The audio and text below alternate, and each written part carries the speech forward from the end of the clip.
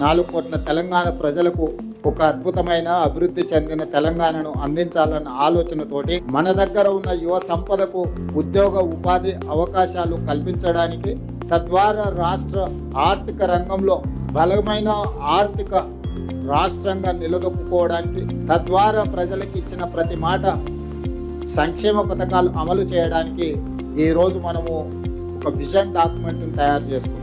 ఈ vision డాక్యుమెంట్కి Telangana rising 2047 అని చెప్పి నామకరణం చేసుకోవడం జరిగింది. లోతుగా విశ్లేషించి పరిశీలించి భవిష్యత్ ప్రణాళికలను ఈరోజు మనం సిద్ధం చేసుకున్నాము. అందులో భాగంగానే తెలంగాణ రైజింగ్ 2047లో విజన్లో భాగంగా ఒక స్ట్రాటజీ తీసుకున్నాం. ఆ స్ట్రాటజీ తెలంగాణ రాష్ట్రాన్ని 3 విభాగాలుగా విభజించుకున్నాము. ఈ ఔటర్ రింగ్ రోడ్డు లోపల భాగాన్ని మొత్తం ప్రణాళికబద్ధమైన అభివృద్ధి చేయడానికి ఈ ప్రాంతాన్ని కోర్ అర్బన్ రీజియన్ ఎకానమీ కింద మనము డిమార్కేట్ చేసుకున్నాం. This is called cure. ఎన్నో రకాల పొల్యూషన్స్ ఉన్నాయి. వీటిని తగ్గించడము లేకుండా చేయడము, తద్వారా ఒక నెట్ జీరో సిటీ లాగా కాలుష్య రహిత నగరంగా మార్చాలి అని అంటే దీన్ని క్యూర్ చేయాల్సిందే. ఈ కోర్ అర్బన్ రీజియన్ ని ఒక యూనిట్ గా ట్రీట్ చేస్తున్నాం. దీంట్లో అభివృద్ధిలో భాగంగా మెట్రో రైలు విస్తరణ కావచ్చు, మూసీ రివర్ డెవలప్మెంట్ కావచ్చు, ఫ్లైఓవర్స్ కావచ్చు, రోడ్ల విస్తరణ కావచ్చు, కాలుష్య పరిశ్రమలను తొలగించడం కావచ్చు, ఇట్లా అన్ని రకాల అంశాలను ఆ కోర్ అర్బన్ రీజియన్ ఎకానమీలో అభివృద్ధిలో భాగంగా అక్కడ డిఫైన్ చేసి కోర్ అర్బన్ రీజియన్ ని మనము ఈరోజు ఒక ప్రణాళిక తయారు చేస్తున్నాం.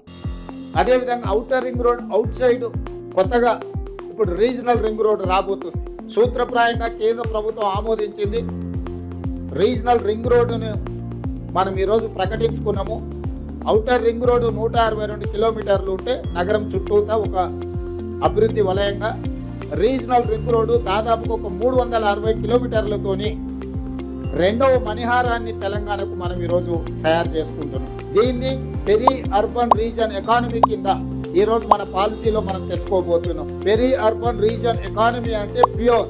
ఈ ప్రాంతంలో మ్యానుఫ్యాక్చరింగ్ జోన్, ఈ ప్రాంతంలో భారత్ ఫ్యూచర్ సిటీ ఉండొచ్చు, చందన్వెల్లి సీతారాంపూర్ ఫార్మా కంపెనీల ఐటీ సెట్లు ఉండొచ్చు, రేడియల్ రోడ్స్ ఉండొచ్చు, మెట్రో విస్తరణ ఉండొచ్చు, ఇతర రాష్ట్రాల నుంచి ఇతర దేశాల నుంచి రావడానికి అవసరమైన ప్రణాళికల్ని ఈ రోజు ఈ పెరి అర్బన్ రీజియన్ ఎకానమీలో భాగస్వామ్యం చేస్తున్నాము. ఇక 3వది regional ring road outside Telangana border, rural agricultural region economy. అంటే ఏ రాష్ట్రంలో ఏ దేశంలో కూడా వ్యవసాయ ఆధారిత ప్రణాళికలు చాలా తక్కువగా ఉన్నాయి. గతంలో ఏ విజన్ ఏ పాలసీ డాక్యుమెంట్ చేసినా అర్బన్ బేస్డ్ పాలసీ తీసుకొచ్చేది. ఇప్పుడు మేము వ్యవసాయాన్ని, గ్రామీణ ప్రాంతాలను, వ్యవసాయ ఆధారిత ఉత్పత్తులను నిర్లక్ష్యం చేయదలుచుకోలేదు. ఈ స్టేట్ ఎకానమీలో వాళ్ళ స్టేక్ హోల్డర్స్ గా మార్చదలుచుకున్నాం. రైతులను, వ్యవసాయ ఆధారిత పరిశ్రమలను, వ్యవసాయాన్ని పెంపొందించడం ద్వారా ఆర్గానిక్ ఫుడ్ కావచ్చు, అగ్రికల్చర్ పార్క్స్ కావచ్చు, అదేవిధంగా ఫ్రూట్స్ అండ్ వెజిటబుల్స్ కావచ్చు, వీటికి సంబంధించిన పరిశ్రమలతో పాటు seed bowl of India Telangana, మన భూములు విత్తనాలను ఉత్పత్తి చేయడానికి అనుకూలమైన ప్రాంతం. మన భూములు మంచి కూరగాయలు, పండ్లు, ఫలాలు పండించడానికి చాలా సేంద్రియ వ్యవసాయానికి చాలా ఉపయోగపడే భూములు. అందుకే regional ring road outside Telangana border వరకు రూరల్ అగ్రికల్చర్ రీజన్ ఎకానమీ కింద దిస్ ఇస్ కాల్డ్ రేర్.